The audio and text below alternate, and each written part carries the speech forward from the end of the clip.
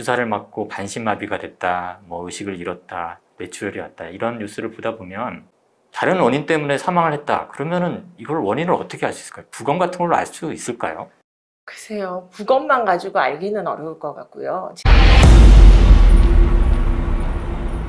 그 mRNA 백신 말고도 말씀하셨던 그 아데노바이러스 벡터를 이용한 백신의 경우도 이전에는 가축, 동물들을 대상으로는 했지만 사람 대상으로는 또 처음 했다는 이런 얘기도 있어서 몇 년 뒤에 어떤 일이 생길지 모른다 이런 얘기 있는데 혹시 가능성 있지 않을까요?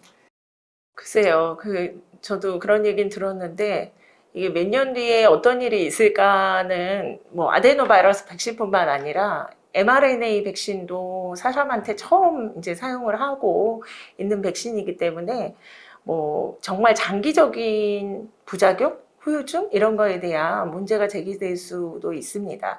이 아스트라제네카 같은 경우는 이제 몽키 아데노바이러스를 사용했고요. 얀센 같은 경우는 사실 사람의 휴먼 아데노바이러스를 벡터로 사용을 해서 약간 그 종류가 다른 것도 있습니다. 그래서 뭐 일각에서는 뭐 몽키이기 때문에 부작용이 더 심하다 뭐 이런 얘기도 있고 하는데요. 사실 그거에 대한 과학적 근거는 뭐 저도 잘 모르겠고요. 오늘 질문 중에서 가장 뜨거운 내용이 될 수 있겠는데 그 아스트라제네카 백신 접종 이후에 혈전증이 생기잖아요. 초반에는 인과관계 없다 이렇게 당국에서도 얘기하다가 결국에는 유럽, 특히 독일 등에서 집중적으로 보고가 되고 최근에는 발병 기전 치료법까지도 얘기가 되는데 이게 보통 혈전증하고 어떻게 다르고 왜 생기고 또 치료는 어떻게 해야 되는지 좀 알려주세요. 지금 백신을 맞고 나서 생기는 혈소판 감소증과 동반된 혈전증이라고 해야 되죠. 이게 백신 인듀스드 스롬보사이토페닉 스롬보사이토시스인가 해서 명명이 붙었더라고요. 예, 그래서 그게 이제 원래 헤파린 인듀스드 스롬보사이토페닉 스롬보사이토시스라고 헤파린을 오히려 혈전을 용해하는 헤파린을 썼을 때 스롬보시스가 생기는 기전이 있습니다. 그래서 그거와 유사한 기전으로 오히려 헤파린 인듀스드 스롬보사이토페니아와 스롬보시스는 헤파린을 쓰면 안 되고 오히려 헤파린을 끊고 이제 다른 기전의 항혈전제를 사용을 해야 좋아지는 걸로 되어 있어서 기존에 우리가 아는 혈전증은 치료제로 헤파린을 많이 사용을 하잖아요.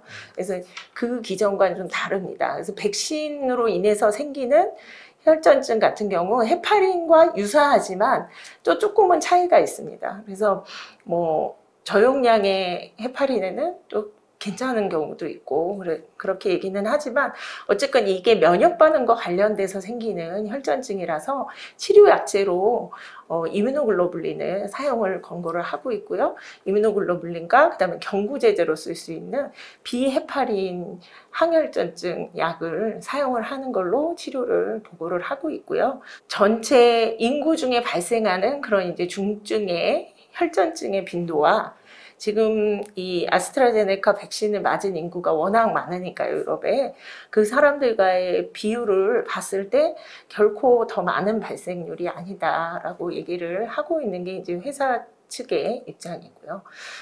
근데 최근에도 계속 그런 뉴스들 주사를 맞고 반신마비가 됐다, 의식을 잃었다, 뇌출혈이 왔다 이런 뉴스를 보다 보면 보고가 많아져서 그런 건지 아니면 정말 부작용이 실제로 많이 생기는 건지 구분이 안 될 것 같은데 다른 원인 때문에 사망을 했다 그러면은 이걸 원인을 어떻게 알 수 있을까요? 부검 같은 걸로 알 수 있을까요? 글쎄요, 부검만 가지고 알기는 어려울 것 같고요. 지금 그러니까 해외에서 보고된 여러 가지 증례들의 경우 이제 그렇게 사망되기 전에 이제 질병을 알게 돼서 혈전증을 발견하게 됐을 때 저희가 그 관련된 몇 가지 검사 인자들이 있습니다. 그래서 뭐 PF4나 뭐 이런 그 혈전과 특히 이 백신 맞고 나서 관련이 되어 있는 그런 항체나 이런 검사를 해볼 수가 있고요. 백신을 맞고 5일에서 20일 정도 사이에 생기는 경우가 거의 대부분입니다. 그래서 맞고 나서 하루 이틀이 아니라 조금 시간이 경과한 다음에 혈전은 발생되는 게 특징적일 수 있고요. 그래서 의심이 되면 혈액 검사를 해서 혈소판 감소증이 발견이 되면 혈소판 감소증이 생기면서 혈전이 같이 생기기 때문에 바로 조치를 취하면 좋아지는 걸로 되어 있고, 이제 사망하는 경우처럼 큰 혈관, 그죠? 카베너스 사이너스 같은, 한국말로 생각이 안 나네요, 지금. 뇌정맥동 아마. 뇌정맥동? 네. 예.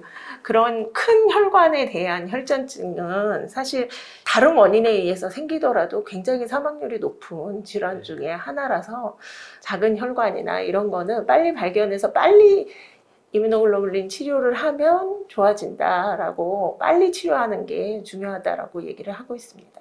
그럼 주사 맞고 몇 시간이나 뭐 하루 이틀 정도 뭐 나고 이런 증상들 말고 그 기간이 지나갔다고 해서 안심하고 뭐 괜찮다 이렇게 보기는 어려운 거네요.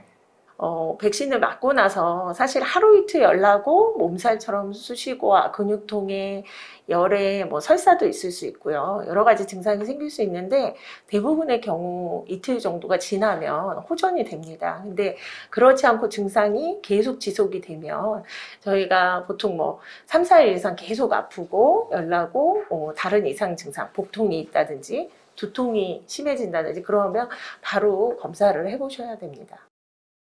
그 맞으신 분들 얘기를 들어보면 화이자는 1차 접종보다 2차 접종 때 더 힘들고 아스트라제네카는 1차 접종 때 더 부작용이 심한 것 같다. 이런 얘기가 있는데 뭐 어떻게 생각하세요?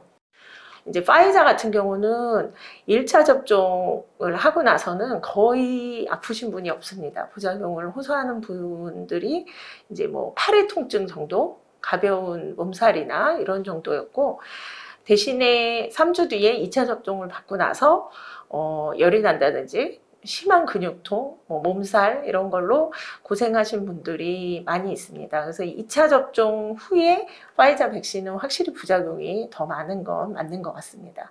아스트라제네카는 1차 접종 후에 부작용이 많습니다. 실제로 지금 사용 중인 백신 중에 이렇게 부작용이 많은 백신이 있었나, 아마 접종 센터를 이제 시작하시는 아마 의료기관에서는 느끼실 텐데요. 보면 많게는 93%까지 한 가지 이상의 부작용을 경험한 직원들이 많고요. 실제로 낮은 데서도 80몇 프로 정도는 다 부작용이 있습니다. 그래서 그렇게 많은 백신 아마 못 보셨죠. 그래서 확실히 주사 맞고 국소 부작용이나 전신 부작용이 굉장히 많은 백신임은 틀림이 없습니다.